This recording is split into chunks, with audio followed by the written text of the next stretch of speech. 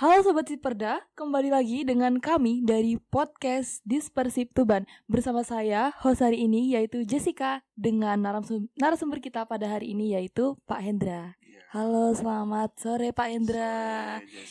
Nah, teman-teman, Pak Hendra ini adalah guru dari SMKN 2 Tuban sekaligus juga seorang konten kreator. Wah, Pak Hendra bisa kita ngobrol ya hari ini. Pak Hendra boleh di-spill nggak? Pak Hendra mulai terjun di konten kreator tuh sejak kapan, Pak? Oke, teman-teman semuanya. Jadi waktu itu sekitar 2018 ya Mbak ya. 2018, Waktu itu oke. 2018 kita berangkat dari kuliner sih waktu itu Wah, ya kan. kuliner. Dari Berarti food kuliner. vlogger gitu. Iya, jadi semacam food vlogger termasuk kemudian kita pakai selebgram gitu. Cuman karena memang di Indonesia ini kalau tidak memiliki kualitas yang bagus terkait dengan kuliner itu memang biasanya stagnan kalau tidak punya ciri khas gitu ya, benar. sesuatu yang unik dan spesial Iya. gitu. Akhirnya mulai berpikir untuk dialihkan ke bidang yang lainnya begitu. Itu selama menjadi konten kreator tentang food vlogger itu berapa lama, Pak? Kurang lebihnya sekitar setahun sih waktu Setahun. itu proses ini. Jadi kalau sekarang begitu kan ketika syarat monetis sudah bisa dilengkapi, dipenuhi begitu ya. Diajukan 3 hari kan keterima. Nah, waktu saya dulu waktu masih di kuliner itu kurang lebihnya sekitar 8 bulan Jesse. Oh, 8 bulan. 8 bulan itu sambil menunggu, sambil bikin beberapa channel-channel yang lainnya. Oke, berarti langsung di YouTube ya Pak? Iya. Atau pernah di media sosial lain mungkin? Waktu itu awalnya dari YouTube memang, YouTube. Terus karena memang kulinernya kurang begitu menarik, akhirnya kita coba ganti ke segmen lain begitu. Habis dari kuliner itu langsung ke segmen apa Pak? Kita waktu itu ke spiritual ya. Jadi ke spiritual, mengangkat tentang ajaran-ajaran nilai-nilai kearifan lokal yang ada di Jawa khususnya gitu ya.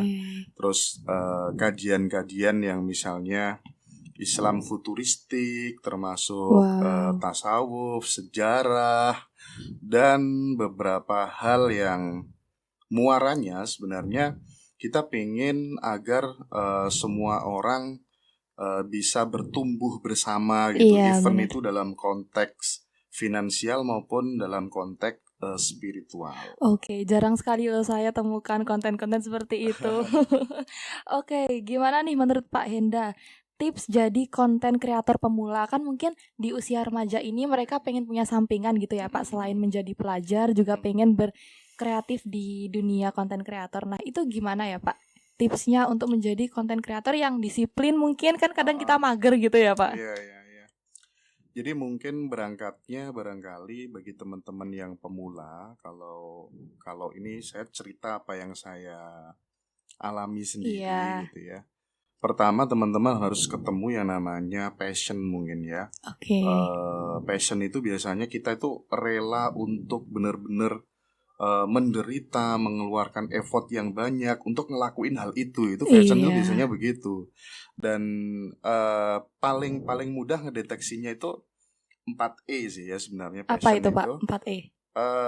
Yang pertama mungkin easy gitu ya. Easy, jadi terus kemudian enjoy, kita ngerjakannya secara enjoy, excellent, dan earning gitu.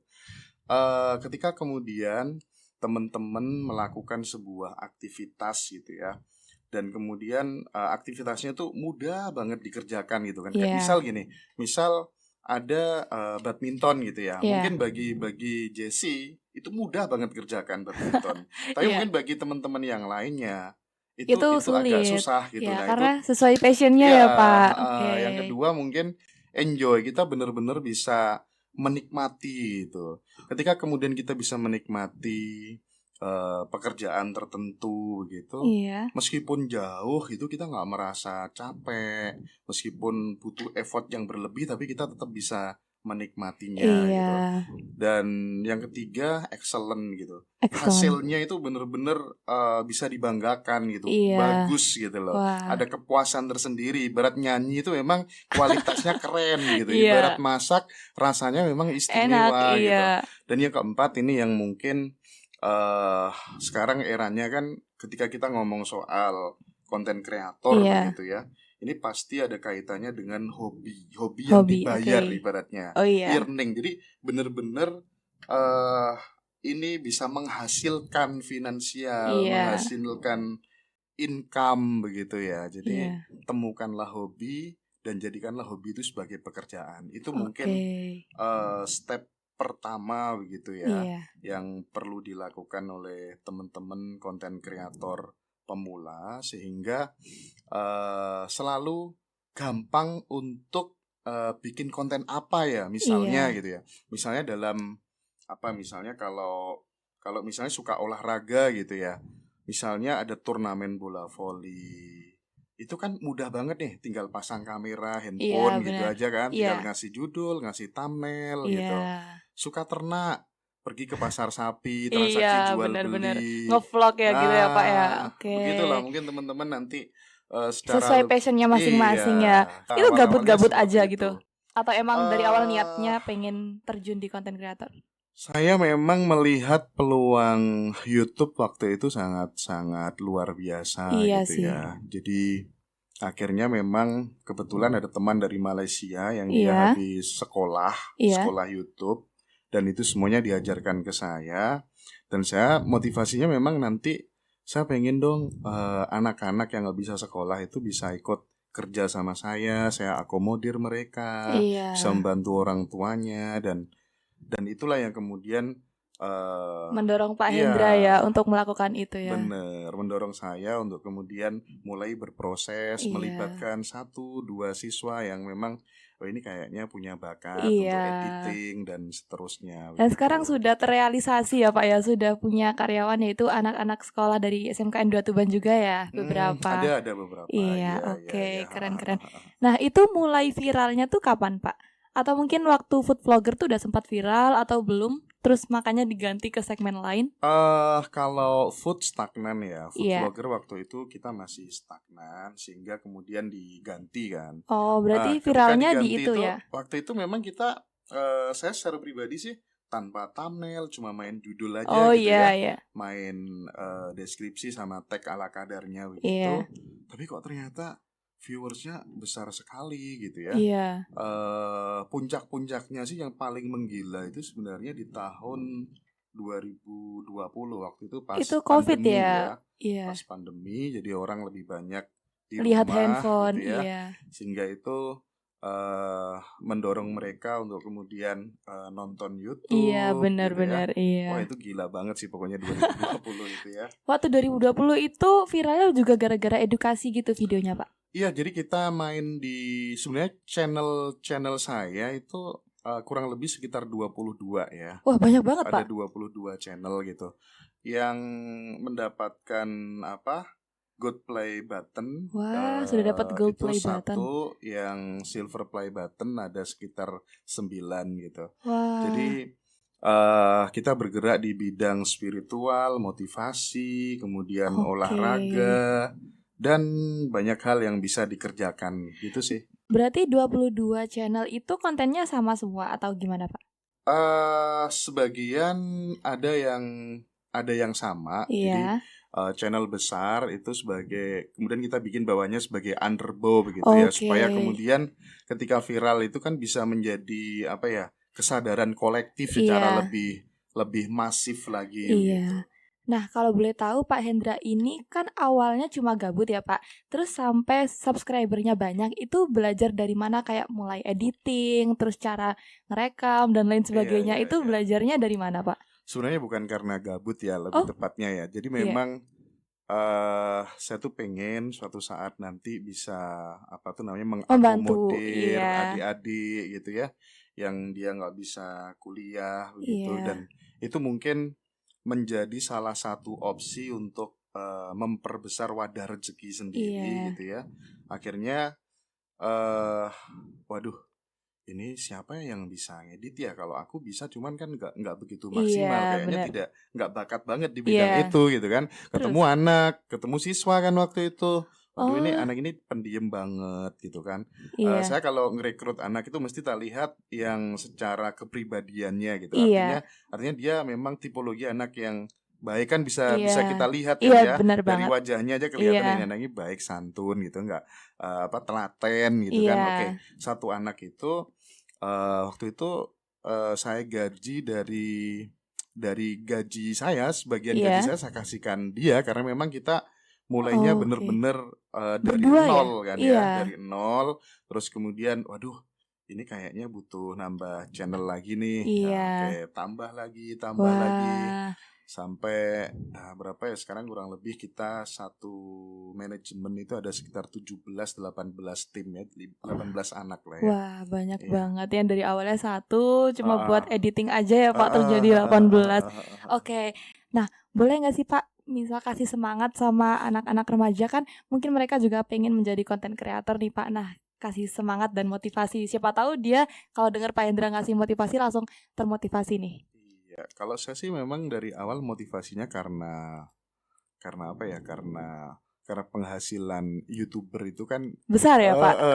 besar banget dulu kan ya. Iya. Nah, sehingga waduh, ini kalau saya begini terus kayaknya nggak bisa maju-maju nih, Iya. ya kan. Sehingga waktu itu ya udah, karena memang punya punya keinginan yang sangat kuat di dalam diri. Itu biasanya ketika kita punya keinginan yang sangat kuat itu seolah-olah kita tuh jadi magnet gitu loh. Iya.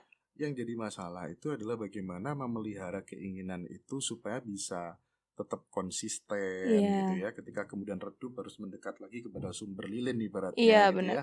Butuh orang yang untuk men-trigger kita, memberi semangat tiada henti gitu. Nah, bagi teman-teman yang pemula ini, problemnya sih sebenarnya ketika misalnya yang paling susah itu kalau subscriber kan agak mudah ya, 1000 subscriber. Nah, yang agak susah itu kan 4000 jam tayangnya. Ini kalau YouTube ya. Oh, kalau YouTube ngejar jam tayang gitu ya, Pak?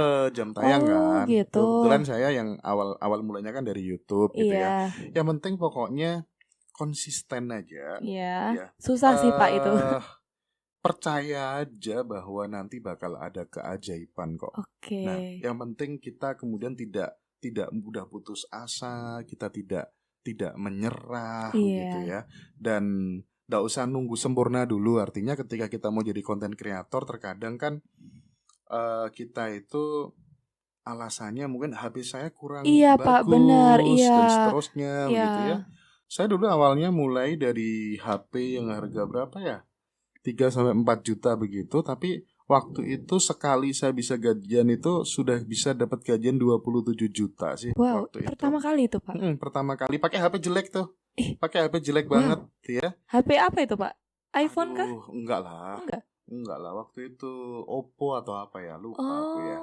Jadi nggak usah nunggu sampai sempurna dulu baru kemudian jalan aja dulu. Jalan aja dulu dan percaya bahwa keajaiban itu akan benar-benar terjadi kok. Yang penting misalnya aduh viewernya kok sepi sedikit, begitu ya, kok sedikit yang nonton gitu ya. Ya yang namanya awal kan. Namanya awal. Coba uploadnya misalnya kalau pengen cepat gitu, yang tadinya upload sekali naikkan aja jadi 2 kali. Tentunya di jam-jam prime time gitu ya. Misalnya jam 6 sore sama jam 8 malam gitu. Oh, berarti teratur ya Pak kalau ngupload jamnya? Jamnya? Kalau saya kebetulan saya arahkan ke anak-anak semuanya itu untuk konsisten di jam-jam tertentu begitu. Berarti kalau mau ngupload harus tepat waktu kayak gitu ya Pak?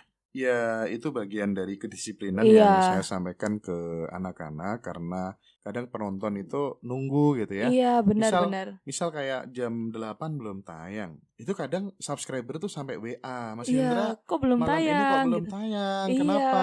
Mas Hendra sakit kah? Gitu kan, banyak yang enggak terbiasa gitu. upload jam segitu ya Pak. Benar. Jadi udahlah pokoknya disiplin aja nggak sih Pak? percaya utuh Iya. Pikiran dan perasaan harus benar-benar selaras sih. Mindsetnya memang harus Iya, benar-benar benar-benar. seolah-olah ini benar-benar aku bakal berhasil sih. Nah, Iya. ketika kemudian di dalam sudah yang ada hanya berhasil, yang ada hanya sukses, yang ada Iya. hanya bakal ada kejutan nanti. Iya. Biasanya itu akan melahirkan di realita itu akan sesuai dengan yang di dalam sih. Nah, Oke. menjaga itu yang kemudian mungkin harus dipelajari terus-menerus sih. Oke. Iya.